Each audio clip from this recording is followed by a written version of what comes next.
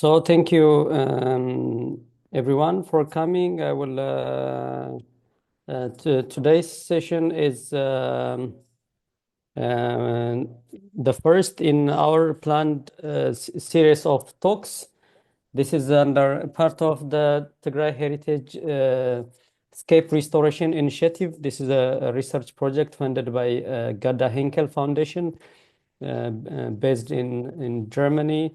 And we have several team members and collaborators from Ethiopia and in Europe, in Germany, in France, and also we have collaborators from Japan. So this is a kind of project that aims at conservation, documentation, and also planning for restoration of heritage sites.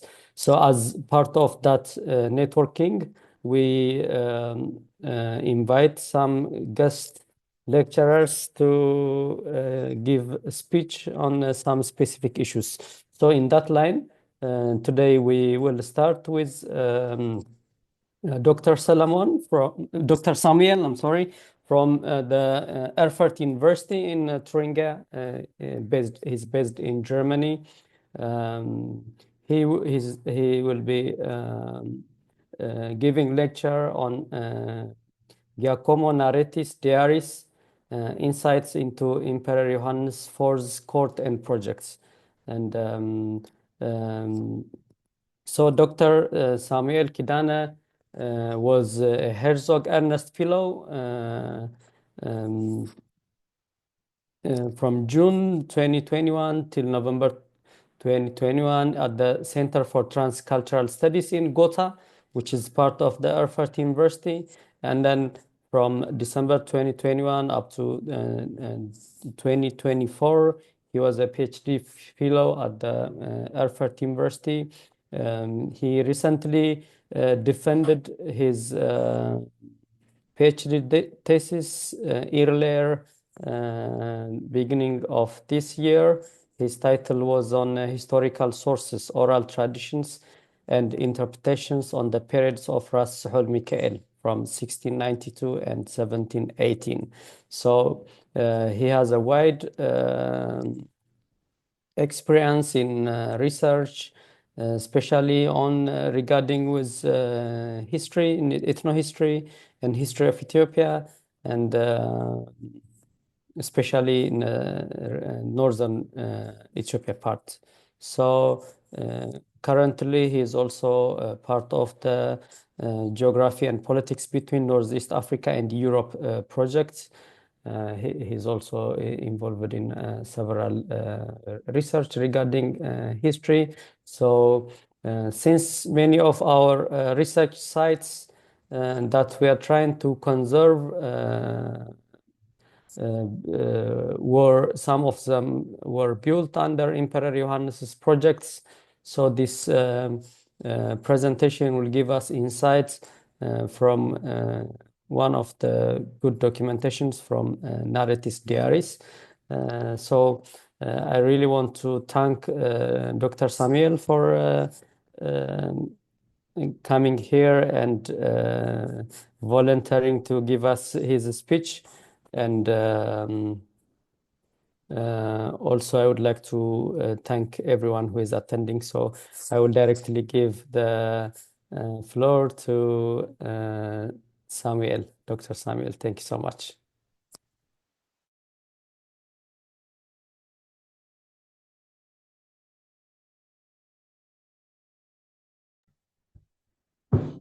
Thank you very much, Alula, for the kind introduction.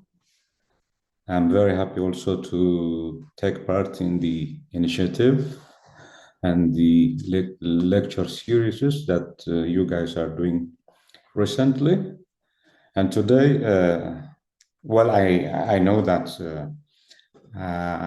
I'm good in Tigrinya, but sometimes I may confuse some words which I have picked from the book originally written in Italian and then translated into English. And coming back to Tigrinya or Amharic, I may have some limitations, but be it as it may, I will try to focus only on some of the points which I think are more important when it comes to using this book as a source for historians, architects, ethnographers, linguists, and other scholars in northern Ethiopia. So how shall I share it? Oh yeah, it's here. Can you see it? Yes, we can see it. Can you make it also full screen? Yeah. Yes, it's perfect now. So before 1 month, I was introduced to this book. I know that Narreti was active in Ethiopia in different forms, but in the last month, I was introduced by Alula. We have an English version of his account or his biography, which was translated into English from the original Italian book. So I'm very happy to share my thoughts and reflections on this book, on how Narreti was able to communicate with the ordinary life in Ethiopia, which I would say was completely different from the life he had so far here in Europe. So, two Abyssinian ambassadors arrived in Alexandria sent by Dejjač Kahsay or Yohannes IV of Tigray with a mission to deliver a gift which was sent by him to the Queen of England. However, after their arrival in Alexandria, they were informed by people who resided there that England was suffering from a recent cholera where many were perished in the country. As a result of this, they were advised to give the gift to the British Council in Alexandria, and then he delivered it on their behalf. And these people, or these two Ethiopian messengers, Alberto and his colleague Worke, were advised either to return back to Ethiopia, or which was by them called Abyssinia, or to stay in Alexandria and acquaint themselves or introduce themselves with the community or the European communities there. So these two fellows were ventured in the mission of looking for something they can pick back to home, which again would please the recently growing figure in Tigray, Kahsay Merja or Yohannes IV. In case if I say Kahsay, I'm trying to be consistent to the book, but we in Tigray call him Kahsay. Kahsay is a corrupt pronunciation to his original name. So don't get confused if I say Kahsay or Kahsay, but to be consistent to his translation, I would say Kahsay. So in case if you have copy, you can also refer to some of the facts. These two Ethiopian ambassadors initially were wandering in Alexandria, met these Italian or these young Italian woodwork experts, and they advised them that their country is looking for people who can help them construct railways, telegraphs, modern bridges, and modern urban structures in Ethiopia. Hence, Narreti, along with his French acquaintee, whom he met in Alexandria, discussed on the matter and established a company which represents them and others to go back to Ethiopia and work for the newly growing sovereign or Kahsay Merja. So this was the way how, or this was the event or the opportunity how these fellows were introduced with the Ethiopian embassies or the Ethiopian fellows in Alexandria. So with this promise, Narreti, along with 13 other people, conversed on the issue and decided to go to Ethiopia and work for Kahsay Merja. Hence, they started to organize their company.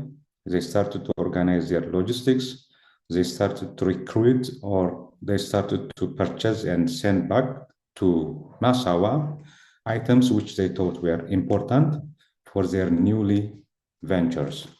Hence, on January 18, on the 15th of January 1879, these fellows landed in Massawa, which was by then serving as the port of Abyssinia. Also, it was controlled and administered by the Khedives. So, Narreti had his first footing in the Horn of Africa, beginning from January 15th, 1871. So basically, this is the first picture which we can understand, which we can take out of the book, and how he happened to be in Abyssinia. So his life starts from this. His life starts from this, and the events that started to, or the events that were affecting his career and his stay in Abyssinia starts to shape, beginning from Massawa, on January 15, 1871. So if you want to Google about him, or in case if you don't have the book, you can Google about him, and the simple information that we get out of the internet is where he was born and where he came from, and at the same time his travel history to France, Alexandria, and Abyssinia. So this is Narreti. Narreti, when he came to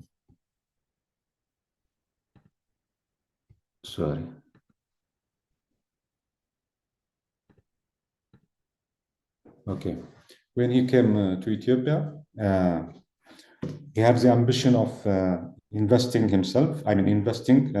on the infrastructural developments which were promised to him by Alagaburu and Worke, or the Ethiopian embassies to Alexandria.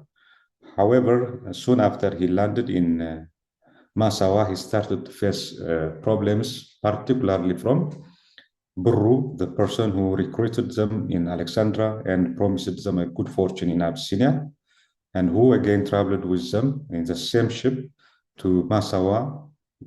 He was negligent, and at the same time he was hiding himself from the reach or contact of other Europeans residing in Massawa, and at the same time the naive himself, because if they knew that these people were coming to, or these people were going to the home region of Kasa or Kahsay, they will tell them exactly the reality on how the economy, the politics, and the social organization of Tigray by then was, which again wouldn't help these travelers planning to reach Adwa and work for the emperor. So in Abyssinia, Narreti found himself involved in not only in the first promised project by the emperor. Instead, he was also involved in different activities of political interest, social interest, and economic interest. This is because soon after his arrival in Adwa, he was befriended with the emperor, and the emperor was very much respectful of him. So this is how his life again started to take a new shape in Abyssinia soon after he landed in Adwa, the capital of the then rising Tigrayan Dejjač Kahsay or Kasa. So the event starts from here, and the whole picture of the or the whole content of the diary, which I would say is memoir, also starts to take part or to take shape, beginning from this event. So the diary consists of 742 pages. It's handwritten, and it has also chapters and sub-chapters. However, to the best interest of time, it is organized in 37 chapters.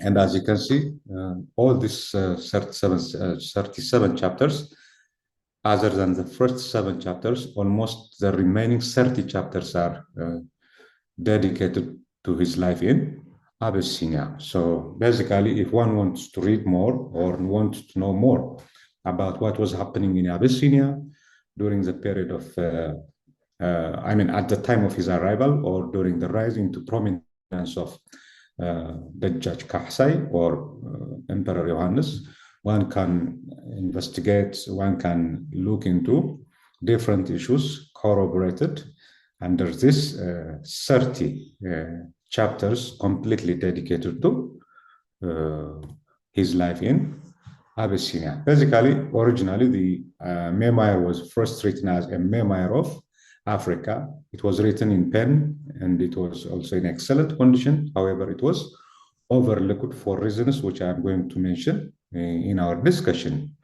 The diary as a whole covers the period of his adventures beginning from 1856, where he traveled to Marseille in France, up to his final travel after his final travel to the court of Emperor Yohannes IV in 1881 before his extradition to Massawa, or the then Italian port of Massawa. And the book also again includes not only the experiences and confrontations that he had in Abyssinia, instead it also reflects on how the political orders, the arrangement of the court of the emperor, the trade routes, the political alliances and counter alliances, and at the same time, the military campaigns of Yohannes IV to different parts of Ethiopia, including campaigns where Narreti himself took part, like the campaigns to the Azovo areas or the Azovo plains in southern Tigray and Yeju in the present-day Wollo, and some parts of Haik, where he himself was also again involved in a certain form of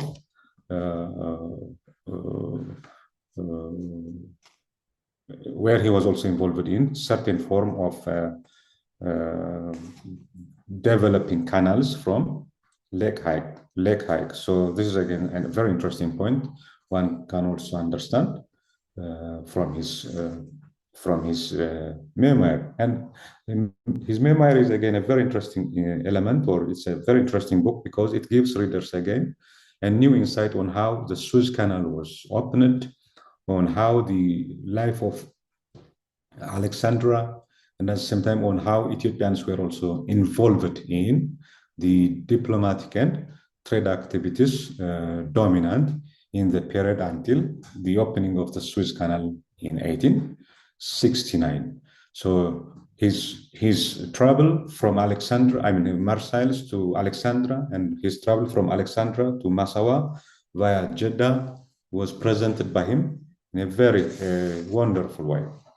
So unlike the other memoirs and biographies or diaries that we have from this period, he started it with a wonderful introduction depicting his long journey abroad in a different manner. It was clear among travelers of his period who went to Africa, described their travel log as an authentic document of the barbaric and uncivilized continent. However, he proudly presented himself and his piece in a different way that requires special appreciations. It reads as follows, I quote him: "After 30 years of a life of travel abroad, I'm going to gather all my memories to make a book of my past life abroad in a civilization, and finally with a longer stay in a different civilization." So this is a very unique description where we see no appetite on his side describing Africa and Africans as a continent of the uncivilized, or we don't see the common thesis which was dominant by the tendency among European writers to describe Africa as uncivilized and a nation or a continent of the barbaric and people with any or without any civilization. So on March 29, 1870, as I told you, he was already in Massawa on January 15. Then on March 28, 1870, he was ushered by Aleka Gauru from Massawa to Adwa, and he describes the journey from Massawa to Adwa in a very eloquent way, where we see him again describing the entire route from Massawa to Adwa and the challenges he faced because of the rebellion which was taking place in Hamasin by the then rebel groups against the Dejjač Kahsay or Kasa of Tigray. So Sbacchi and his fellows were fighting against Kasa, and he was forced to take a different tour or a different itinerary line from Massawa to Adwa, which was again very complex and difficult until he reached the country of the Saho language-speaking peoples living in the present-day San'afa or around the San'afa town or around the Eritrean town San'afa. So he explains the geography, he explains the way of life, he explains on how the villages stretching from Massawa to San'afa were populated. And at the same time, he also explains, or he partly also tries to compare the housing or the construction and building techniques and methods common in these parts of Abyssinia before he reached to the highlands that connected him with the mountains of Adwa, promising or showing him that he was about to join the forces of or the course of Kasa in Adwa. So they started the journey on March and they reached Adwa on April 21st. And this is again reported in his diary. And at the same time, he reported that he was not only welcomed by the emperor, instead he was also welcomed by the British military officer, Kirkham, who remained in Abyssinia after the British evacuated the country, defeating Emperor Tewodros at the Battle of Magdala. So this is again a new addition on how Europeans were integrated within the court life of Ethiopian sovereigns during the period of Yohannes IV. So after reaching Adwa, he realized that Birru or Aleka Birru and Warke, they were not genuine to him in telling him that the emperor wants to build railroads, telegraphs, and other modern infrastructures. Instead, rumor had it in the town that they were brought from Alexandria to fight as soldiers on the side of Emperor Yohannes in his struggle or in his confrontation against Wagshum Gobezi or the latter. So basically, when he arrived or when he landed in Tigray, the political condition of Tigray was a bit complex and partly different from the political conditions that we have before the days of Tewodros or Emperor Tewodros II. So his book again gives a good input in analyzing the political orders of Ethiopia, because his account is more like not only an observer, but also someone who took part in the activities that were taking place in the court of Emperor Yohannes IV. So basically, the political conditions of Abyssinia during his period was the country had recently lost its sovereign because of the war between him and the British expeditionary forces sent to release European prisoners at Magdala, and the rise of power struggle between Wagshum Gobezi and the Gazmat Kahsay or Kasa, and the coronation of Wagshum Gobezi as Atse Tekle Giorgis. And we have also finally the rise of Kahsay and his coronation as Yohannes IV. So Narreti includes themes and events that explains the political orders, the military alliances, and at the same time, the court life of Yohannes or Kahsay than Yohannes IV after his coronation. And very interestingly, his account also gives us the names and roles of Ethiopians who were trained in abroad and at the same time who came back to Ethiopia or who returned to Ethiopia and continued serving under the sovereigns. So as you can see, the first picture, this one is a picture which was taken by the British Expedition Force under General Napier in 1869.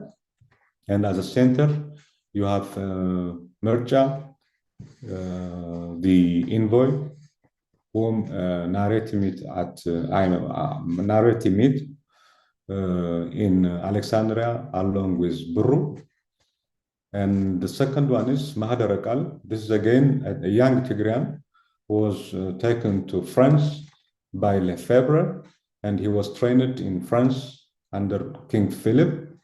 And he went again to England and pursued learning both French and English. So we have also other figures mentioned in the account, like Zacharias, who was again an eloquent speaker of an eloquent Italian language speaker who was trained in Rome, and again was serving in the court of Emperor Yohannes IV from his house or from his region in around Aksum. So his book gives us on how the translators were again involved not only in the service of translation, but also in internal power politics, and at the same time as intermediaries between Europeans and the sovereign or the king himself. So when we come to the adventurous life and eventful adventures of Narreti in Ethiopia, we have an excellent account of his involvement in carpenter work or woodwork, and at the same time construction of houses, churches, and palace. So when we analyze his diary, he tells his readers that initially he was interested to get involved in the construction of railroads and others. However, after realizing that they came under a fictitious promise, he changed it into, or he was more inclined into securing a job under Emperor Yohannes IV, and he started to build doors and windows of houses, churches, and palaces in Ethiopia. So basically, we know that he was involved in the construction of the doors and windows of the house of the emperor in Adwa. And at the same time, we are also aware of the fact that he was involved in the construction of the doors and windows of the church of, or the Selassie Church or the Trinity Church in Adwa. And at the same time, we know that he was also involved in the construction of the doors and windows of St. George Church in Debre Tabor. But little is again yet known about his involvement in the construction of house, churches, and other utilities in Adwa and Aksum. So the German traveler Gerhard Rolf, who visited Abyssinia when Narreti was already in Abyssinia, he gives us again a new insight and the involvement of Narreti in the construction of not only the palaces and churches. Besides, he was also again involved in the construction of houses in Aksum. So this is the personal witness of Gerhard Rolfs. I quote him again. I also looked at the dwelling of the Negus, the only remarkable one recently built in Aksum. All respect to Signor Narretti, to whom most travelers are too much for his friendly. Thank you are obliged. But this royal apartment does not make the impression of an architectural skill. It is that he tied his hands while building, so that he built exactly according to the plans of the Negus had to proceed. Imagine a large round thatched hut inside a large frame of which one doesn't know whether it is member or pulpit of the Mohammedans or throne. Abominable task. In addition, the Abyssinians little care for improvement. The angarab or sofa on the throne was covered with torn rags, but the steward who showed me the apartment was not a little proud on such colorful rags. So this is something we don't know yet, but we have this information that Narreti has built a small palace or house in Aksum. So Alula and your friends, maybe I can see Lion from Lion Moja from Aksum also. Maybe someone can identify which house was used by the emperor or which house was built by Narreti when Gerhard Rolf was already in Abyssinia. But a very interesting point from this point is you see the fusion between local technology and at the same time the advanced technology that Narreti has brought up from his hometown. So Gerhard was telling us that there was lenience toward this local building culture, however, with little contribution of Narreti. This is partly because we have also the same inherited evidences when the palaces in Gondar or the palace structures in Gondar were built. We still see local or the adoption of local building technology, and at the same time the import of the import of building technology. These are again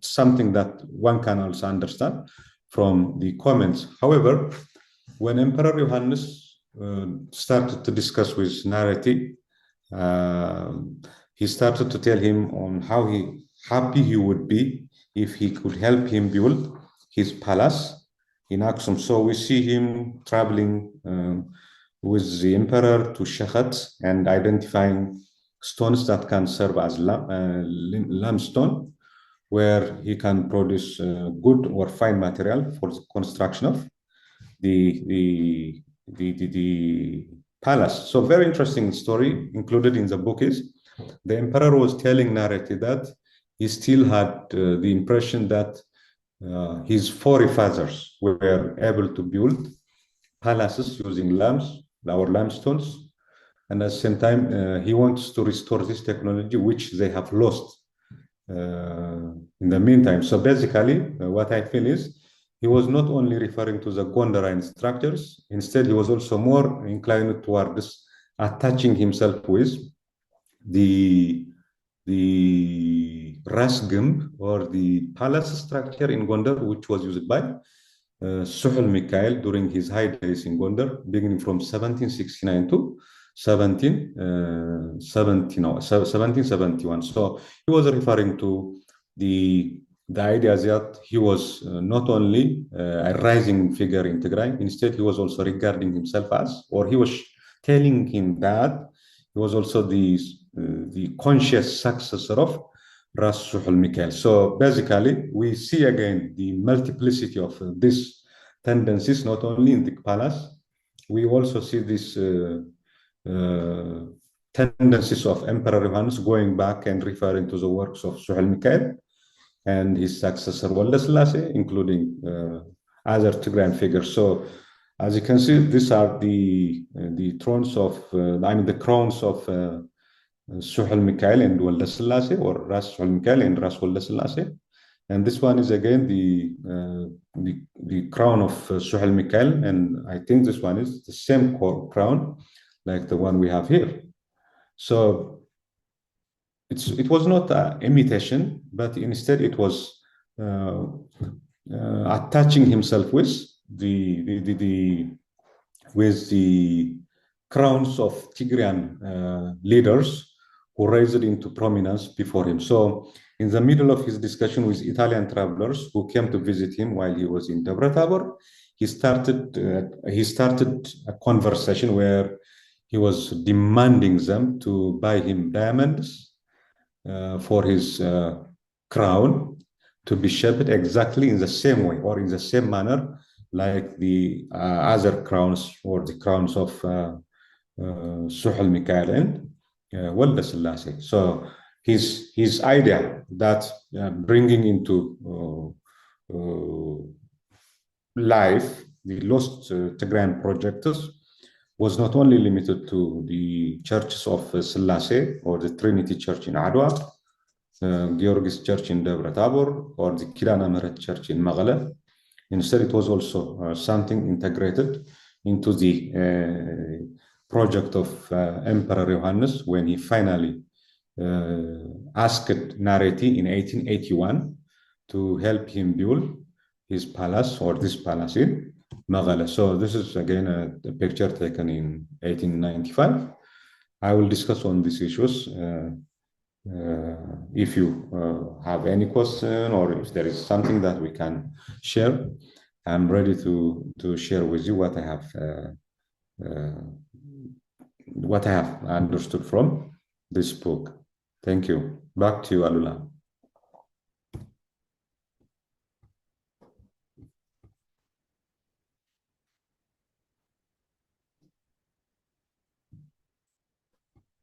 Alula. Thank you so much, Sami, for the very excellent presentation.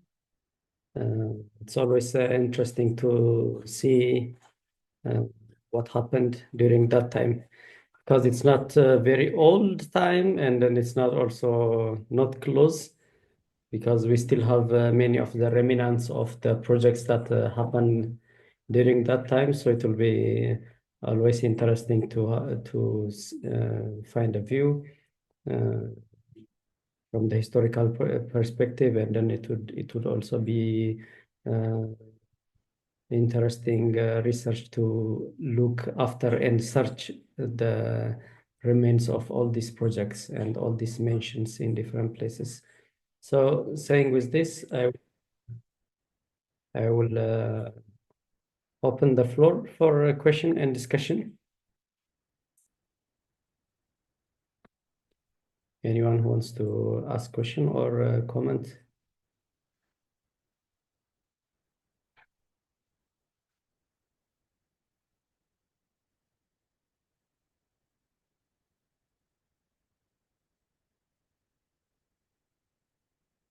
Okay, so I will add one remark that there are several Narretis, as you know, it's come. There are two Narretis together. First, two brothers, the Giacomo Naretti and Giuseppe Narretti, right?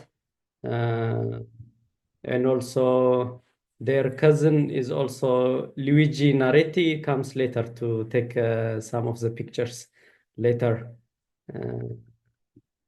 So do you have additional information about the other Narretis from the Diari?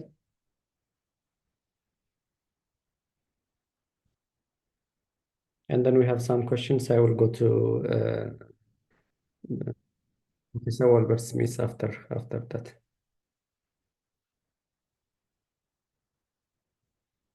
Or you want to gather all the questions together and then? Okay. Yeah, Sami, or anyways. I'll give you the mic. You can speak.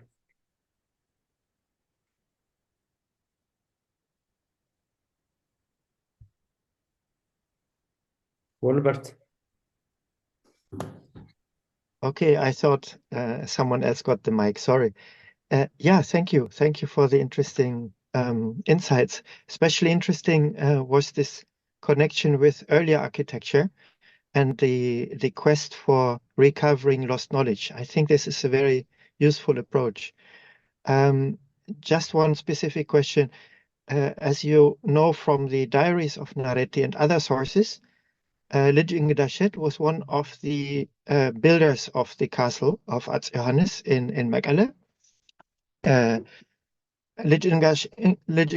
was a born Tigrayan from Adwa, son of a lady called Mirzit, and his father was the German migrant Wilhelm Schimper.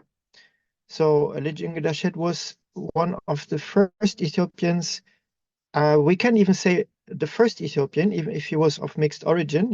We can consider him being an Ethiopian. He passed all his life in Ethiopia, in Ethiopian services, most of his life, in fact.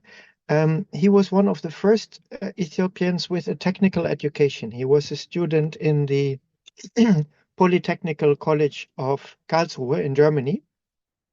So he had a formal education as an engineer.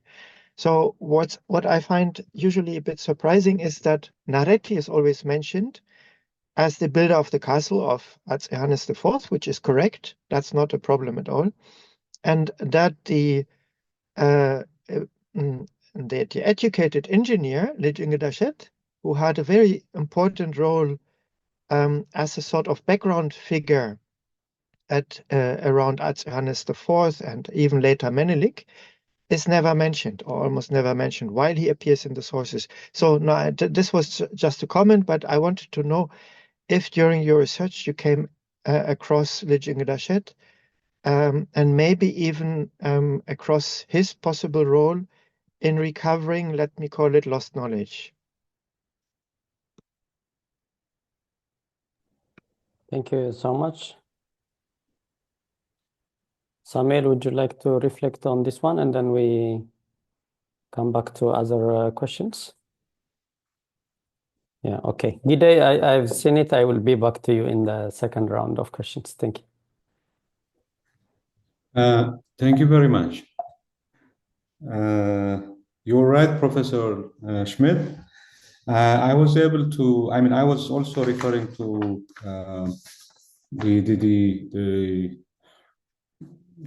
the technology transfer aspects of the book, where Narreti himself was training local Ethiopians on how to cut woods or how to sew them, and how to shape them into different ways. So we have the names of very few, or around. First, he had 4 trainees, and then these 4 trainees were again supported by other 4 people, and he was like expanding the number of trained individuals, beginning or starting from 4 into large group. So we have, for instance, the name of people whom he trained as Tafari, Garankiel, Danye, and another person whom he couldn't name, or he couldn't remember his name, but he told us that he was a servant of Schimper. So I guess he was referring to Dejjač, because he's referring, or he's calling by his family name. Hopefully he's not referring to Wilhelm Schimper himself, but I can guess, or I can say that these were the 3 first natives who were trained by Narreti in Adwa. So these 3 people who had also their own line of trainees under them, who grew up and who improved their skills through time. Even he mentions on how they erred sometimes when they were cutting the woods, and he has to show first the principal native people whom he selected at the first to learn it, and he was also helping them on how they can teach the next generation. So I would say, if, for instance, if you read the chronicle, I mean the diary, he tells you, I traveled with my team from Adwa to Mekelle and built the doors and the windows of Kidane Church. And he tells you exactly the same thing when he went to Debre Tabor, when he was building the Georgis Bata Christian. And he tells you that he was even helping people whom already has excelled in some aspects of woodwork. So I can say that Tafari, Garantiel, Danye, the three Ethiopians, and the first person whom he mentioned as the servant of Shumper were the first group, but when he mentioned Shumper, he is referring to him with the Farangi family name. So I take that as a very compliment. But the other thing is the book also keeps on mentioning on how some European habits were again introduced into Ethiopia. He tells you the local foods in Ethiopia, and he explains, for instance, Gerhard Dorf explains on how the potato was first introduced into Ethiopia and how excellent cook Turunesh, the daughter of Zender and the wife of Narreti, was in some dishes that include potato. So I think there is a cultural interaction, technology transfer, and at the same time, adaptation into the Ethiopian culture. For instance, if you see the notes on how he was conversing with Mahaderekal, he tries to address him or he tries to approach him not only as a Tigrayan or as an Abyssinian, he also approached him as an European or an African or an Ethiopian who learned more European culture. So you see some very interesting aspects of local life documented in his account. Thank you.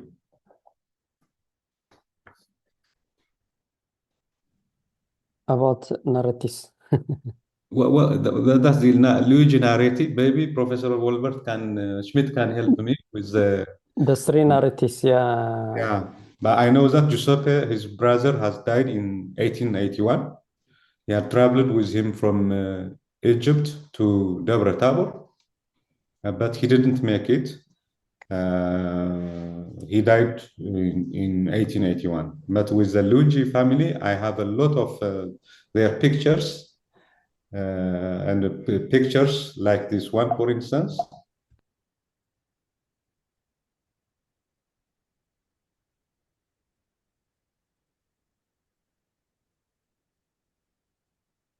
This picture is, for instance, from the Luigi collection, but I think Professor Schmidt can help us for some details on Luigi.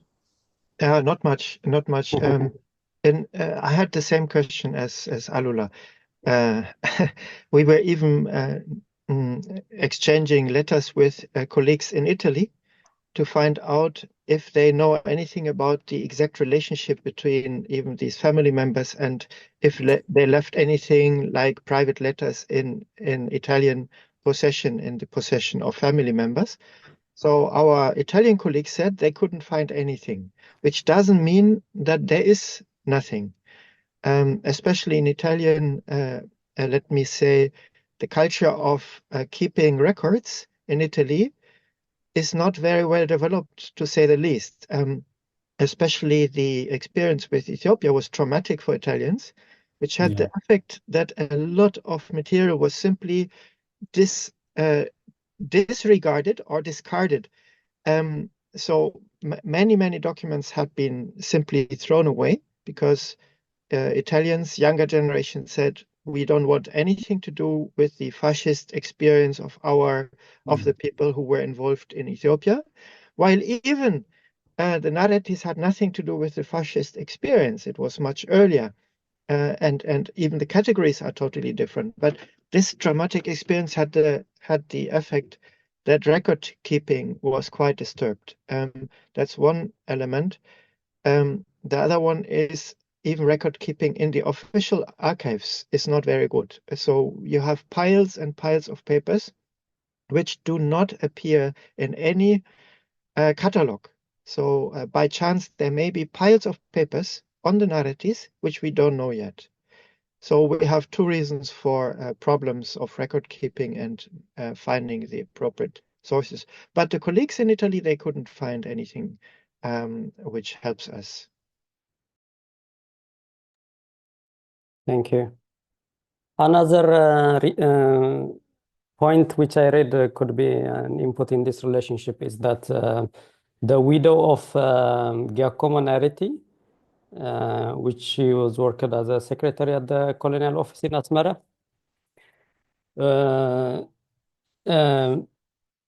later married to Luigi Narretti. So it's in one website. I will send you the link. They referred it like that. It will say that Luigi and the Giacomo are like cousins, but later Luigi married the widow of his cousin. So of course, Yes. it's kind of strange things. No, this is Yeah. totally normal in European tradition, I would say. Okay. Older families, there were even in families which were strongly connected. You had sometimes, for example, if a lady died, the man would marry the sister of the deceased lady, and other way around. It's just the same in this case. The man died, so the lady would rather marry someone from her family. We have even this tradition in the Bible. So this is not unusual. But one information which I think is interesting in this context, because it is about cultural transfer.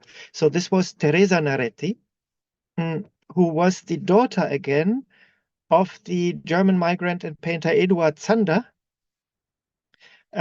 We don't need to talk much about him, but what's interesting about Eduard Zander, he was for a short time the assistant of Wilhelm Schimper. So here we have the same kind of network of people.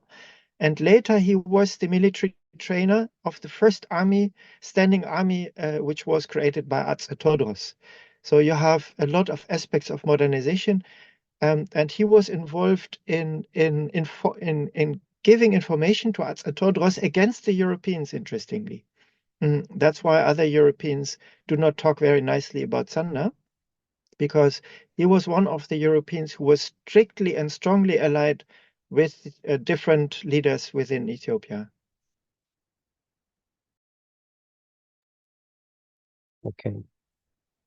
So if it is the same Teresa, I have her picture. Maybe if you are also interested to read about her, there is one or two page contribution about her stay in Eritrea. I think the title of the book is Tra'ani in Eritrea or Tra'ani in Asmara. I don't remember if it's Asmara or Eritrea, but it's Tra'ani. 3 years in Eritrea or 3 years in Asmara.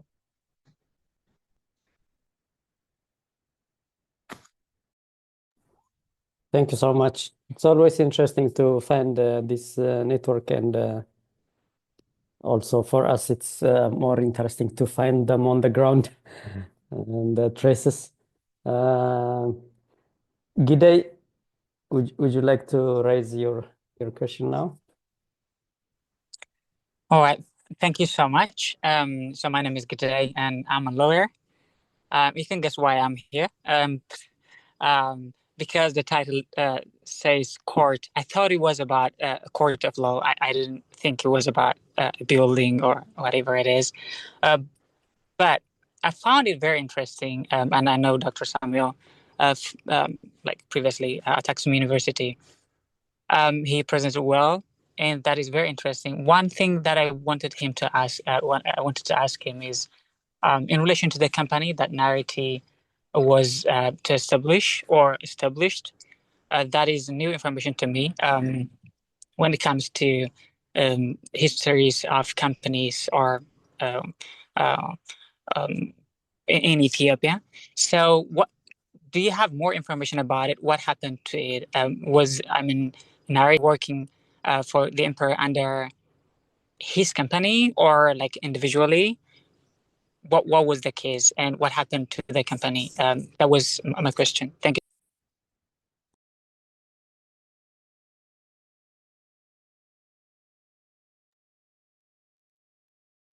Thank you, Yoga.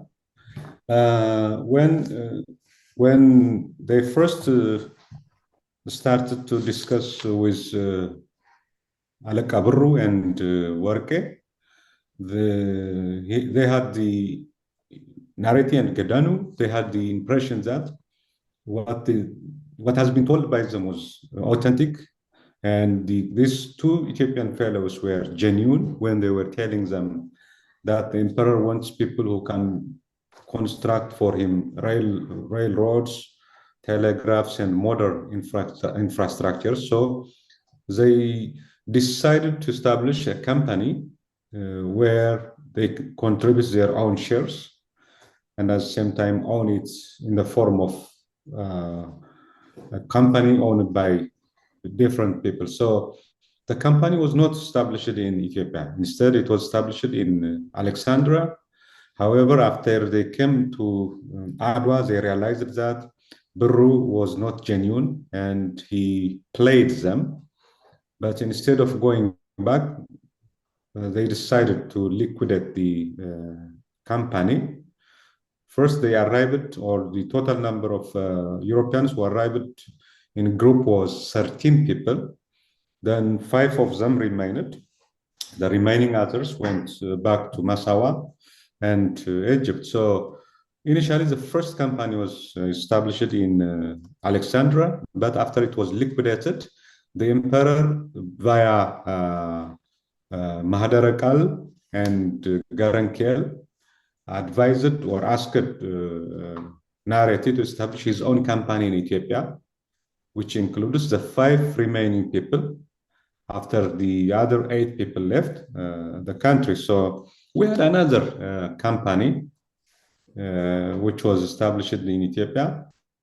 And this is again a company, I would say, established by Narreti and at the same time documented not in Ethiopia. Again, this one was, all the documents were again sent to Alexandria. So we don't have by then this legal, civic, or other codes. But if you have a chance, you can also see the book. Let me show you. There is one chapter where he discussed on how the court functions in Tigray. Or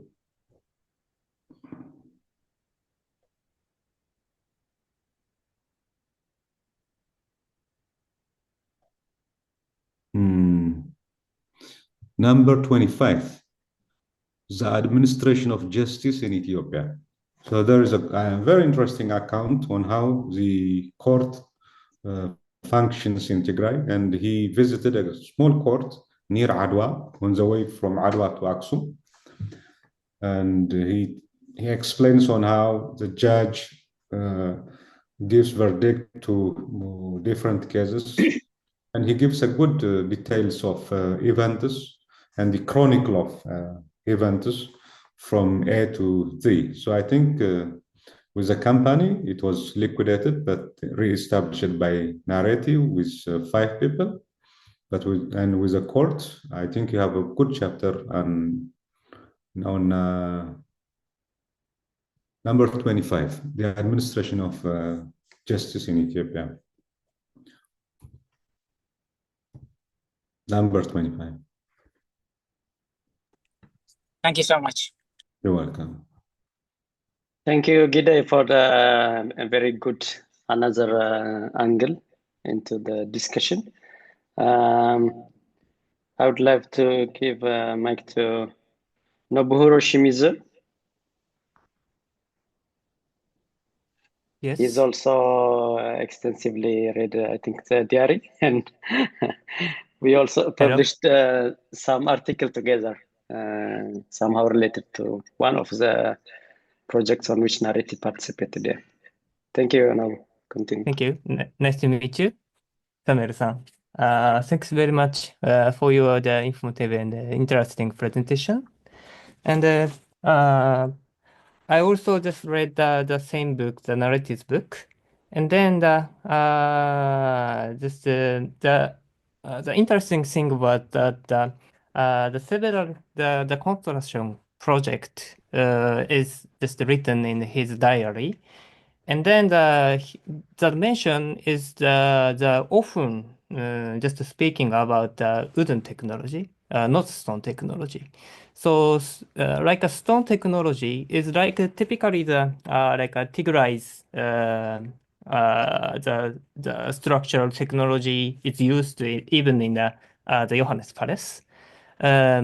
So just the stone is maybe the local technology. So this is my just understanding about the Johannes Palace. So just from the perspective of the Narreti, I think the Narreti find some potentials about the Ethiopian technology, about a stone or something.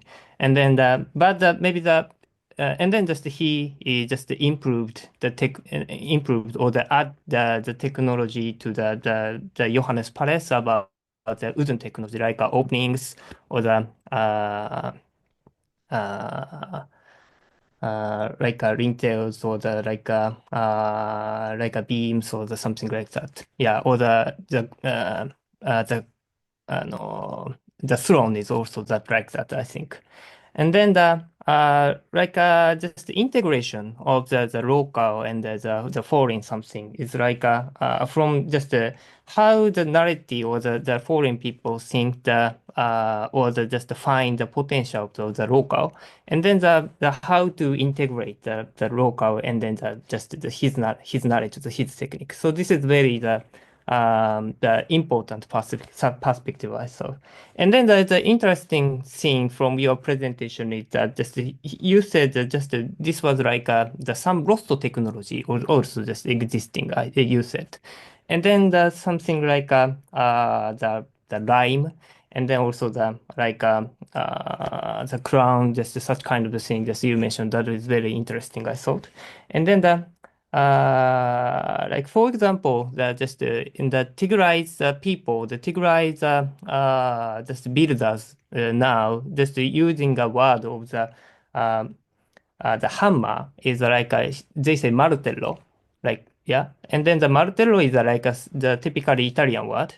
So this is like also some of the lost or just new or some kind of the technology, some of the similar the lost or the just like I don't know just how I can say I don't know, but some of the just the similar the situation, the similar something was happened. Just I saw just that is also just my thinking, but anyway, just what I wanna ask is that just you mentioned about the crown, and then also just maybe you just mentioned about some other just foreigns the diaries you mentioned. So if you have some other material, some other not only the building crown, so some other the integration between the local and the foreign something. So if you have some kind of the seeds of the research, if you find something, just I want to ask. Thank you very much anyway. Thank you so much, Hiro. And would you like to go to that, Samuel, or there's another person who wants to ask? Maybe Milat can add the question and you want to reply together. Yeah, Milat, thank you. Milat is on staff at Michael University, and she's a structural engineer. So she's doing her thesis in one of Emperor Yohannes's buildings. So, yeah, Milat. Okay, thank you, Dr. Alla. Thank you for the introduction, and I will just continue with the questions, and I would like to thank the Dr. So I have two questions. The first question is that to what extent can this historical accounts such as Narreti's diaries can be considered like reliable? I mean, for defining materials while modeling the structure, are they reliable? And my second question is if there are any specific sections of his writings that might offer more technical descriptions relevant to my study. Thank you. Thank you, Milad. Would you like to specify like which sites you are studying so that he will know like or what specific of things so he can focus? Okay. My thesis title is the image-based structural assessment of Masonry buildings, the case of Yohannes Palace, which is found in Alula. I keep getting problems for specifying the material properties, even in literatures. They are not really specific. That's why I want to have more description on the material properties if it is mentioned in the diaries. Yeah, okay. Thank you, Milad. Samuel, it's back to you to reflect on these two questions. Okay. Thank you very much. By the way, I remember reading the article you produced together, and I'm grateful for the inputs.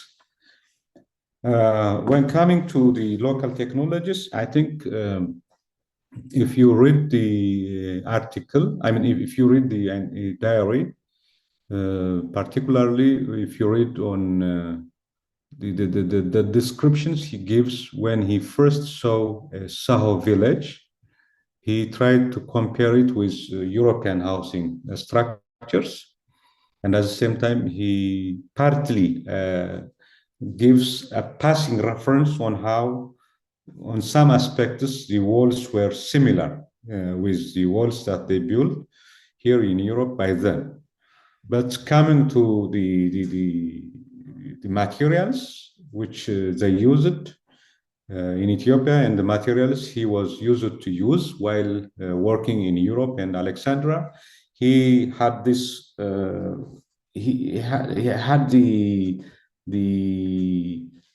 tendency to compare the items in their structure, in their form, in their strengths. For instance, he was a good fan of the Wanza tree, which he excessively used when he was working for the doors, the windows, even the throne itself. So partly he was trying to apply the techniques he used for similar woods that he had used in Europe with the woods that he got in Ethiopia, specifically the Wanza tree, where he compared it with the woods that he used in Europe. This is the first impression which I had when he was working on some wood structures. And the second one is when he was about to set the windows after he finished them, he was also discussing on how these were set in Europe and the metals used to connect the wood structure with the wall. And he was also partly discussing on how the Ethiopians were using these materials to put the window or the door in place after it was finished. So you see a certain degree of comparison and partly resemblances in the techniques, though we have differences in the technologies. The only exception where he criticized the Ethiopians was the item he used was similar. However, the material, I mean, the instrument he used to smoothen the wood was different. So he criticized the Ethiopians that they were not that much good in smoothing the wood before they use it for doors or windows. So this is common if you see the chapters on the doors and windows for the house of the emperor in Adwa. This is also common if you see the accounts on the construction of the church in Debre Tabor. And partly you have also this discussion when he was constructing the doors and windows of Kidane Church in Magale. I wish I had all the pictures. I still have them in my collection. But if you see the pictures from Adwa, for instance, the pictures from 1906 by the Dutch Archaeological Mission to Abyssinia, and the pictures of Italian travelers from the Italian Geographic Society taken in Maghala, partly from Madhani Alim Church area in 1920, you see certain resemblance in the structures, in the designs of the windows and the doors. I would say this is something that he added value, or he improved to existing structures or to existing designs, but I cannot completely deny that these were also his own brainchild. But coming to the use of lime, he was very specific. When Emperor Yohannes was telling him that, for instance, if you see the chapter on Yohannes's project, he took him to Shekhat, which is not far from Maghala, on the way to Afar. He took him there and he told him he wants to build a house. And they constructed a demo or a pilot study wall where he wants to show him how to build the palace in Maghala. So he was looking for stones that can be used for the production of lime. And he was collecting them from the rivers, which partly tells you that these are not only stones located originally in that area, partly they were also brought from other areas by the river. So when he showed the emperor that he produced lime, and he told the emperor exactly the same story. When the emperor told him, can we get more stones like this in Maghala? He told the emperor that Maghala is with abundant stone for lamp production. So I think it's more like locating the specific and the appropriate stone and producing the lamp or the materials in mass. So you see, the emperor has this belief that they were able to build these palaces in Gondar and the church in Aksum using the same technology, but they lost the technology. So they already know they have the knowledge. And when he produced the fine lime powder, the emperor was happy. At least this shows you that the emperor has also the exposure. There were some attempts of producing this product at local level. So it's more like bringing or restoring the memories of the construction technologies and adopting the European technique into the existing local knowledge that we have in Ethiopia. So I would say there was a very interesting collaboration and technology transfer, not only transfer of technology transfer from Narreti to Ethiopia, but still he was also learning from the locals on how he was on some aspects like identifying stones, working in collaboration with them. So I would say it's more like a mutual working condition between these guys. Thank you very much. Very interesting, your insight. And yeah, so anyway, Johannes Palace is very interesting building, and then the insightful building, I thought, yeah. Let's discuss that. Yeah, thank you very much. Thank you so much. Before I will go through the last round of questions, I will come to Girmay, but before that, have you mentioned about the issues apart from crowns and some of the other things? Do you know any other objects or any material culture that was involved and discussed in the diary?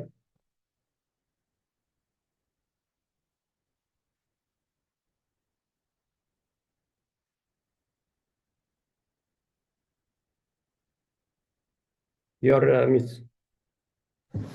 So the Narreti was able to produce quite very interesting items in Ethiopia. So he was able to introduce good wood crafting technology used in Selassie Church or the Trinity Church in Adwa, Kidane Church in Magala, and the Georgis Church in Debre Tabor. But in the Georgis Church, he was also responsible for the walls or the entire construction of the entire church from the beginning to the end.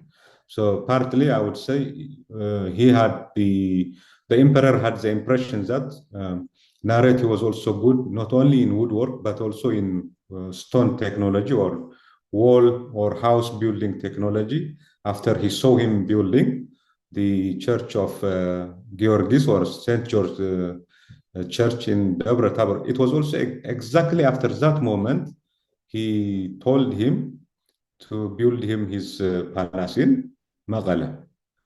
So the first was to observe or to test on how he was producing items from wood. Then he excels into building a church. But we have also other contributions from him. The throne of Solomon, or Emperor Yohannes' coronation throne, was built by him. It was built in Adwa and transported to Aksum. They dismantled it and they have to arrange it in Aksum. I would say these are some of the items he described in his book, produced by him. But he has also other very interesting points in his book. For instance, if you are more interested into dealing with the history of disease in Ethiopia or in Tigray, he has a good account on cholera and other diseases. For instance, he explains on how these things were happened in Adwa and other parts, and why the emperor was also abandoning Adwa and residing in Debre Tabor for some time after the outbreak of the plague in Adwa, which claimed nearly half of the population of the town. And he also explains on the nature of the royal expeditions to different parts of Ethiopia, specifically the expeditions to Yeju and the Azobo, or the southern parts of Tigray. He has a very interesting point on that. And finally, he has also a very interesting and at the same time researchable issue on Sir'ata Gibr, or the royal banquet from a Tigrayan prince perspective. We know we have the documents of the royal banquets of Menelik and others. But coming back to the account of Narreti and on how the royal banquet was held in Tigray, it has a very different and interesting point, to be honest. So anyone who is interested on these issues, I think you can read and work on it in advance. Thank you, Samuel. We will have the just final set of short questions and then we will conclude afterwards. Girmay? Yes. Is there another one who wants to? This will be our last chance, and then okay, Girmay, continue. Thank you very much, Alula, Dr. Alula. Can you hear me?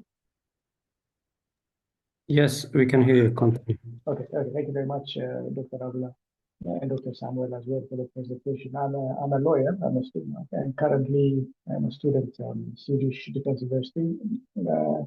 I'm interested in the historical parts of the justice, especially the historical perspective of the justice presentation. I'm doing a thesis on on crime against humanity that happened in Ethiopia. So I took an interest from Dr. Samuel's presentation, especially on Narretti's Diari, specifically in chapter 25. I tried to Google it here, and the document is not that available. I'm trying to give some background as Ethiopia, as we were one of the highly civilized countries in the world and ancient, which its manifestation is really on respect for humanity, respect for human dignity. And I'm trying to give it some literature background on this, and I'm trying to find some historical accounts a little bit. It's a thesis that will dominate on a criminal law, but and incidents that happened in Ethiopia, all over Ethiopia, the matter of fact, Tigray, Amhara, all over the places, the injustices that Ethiopians are suffering, and the impunity there. I'm trying to address it with the background of system, but with the background that Ethiopia had, that manifests what we were, what kind of system that we have. So the presentation today, especially chapter 25, will be interesting.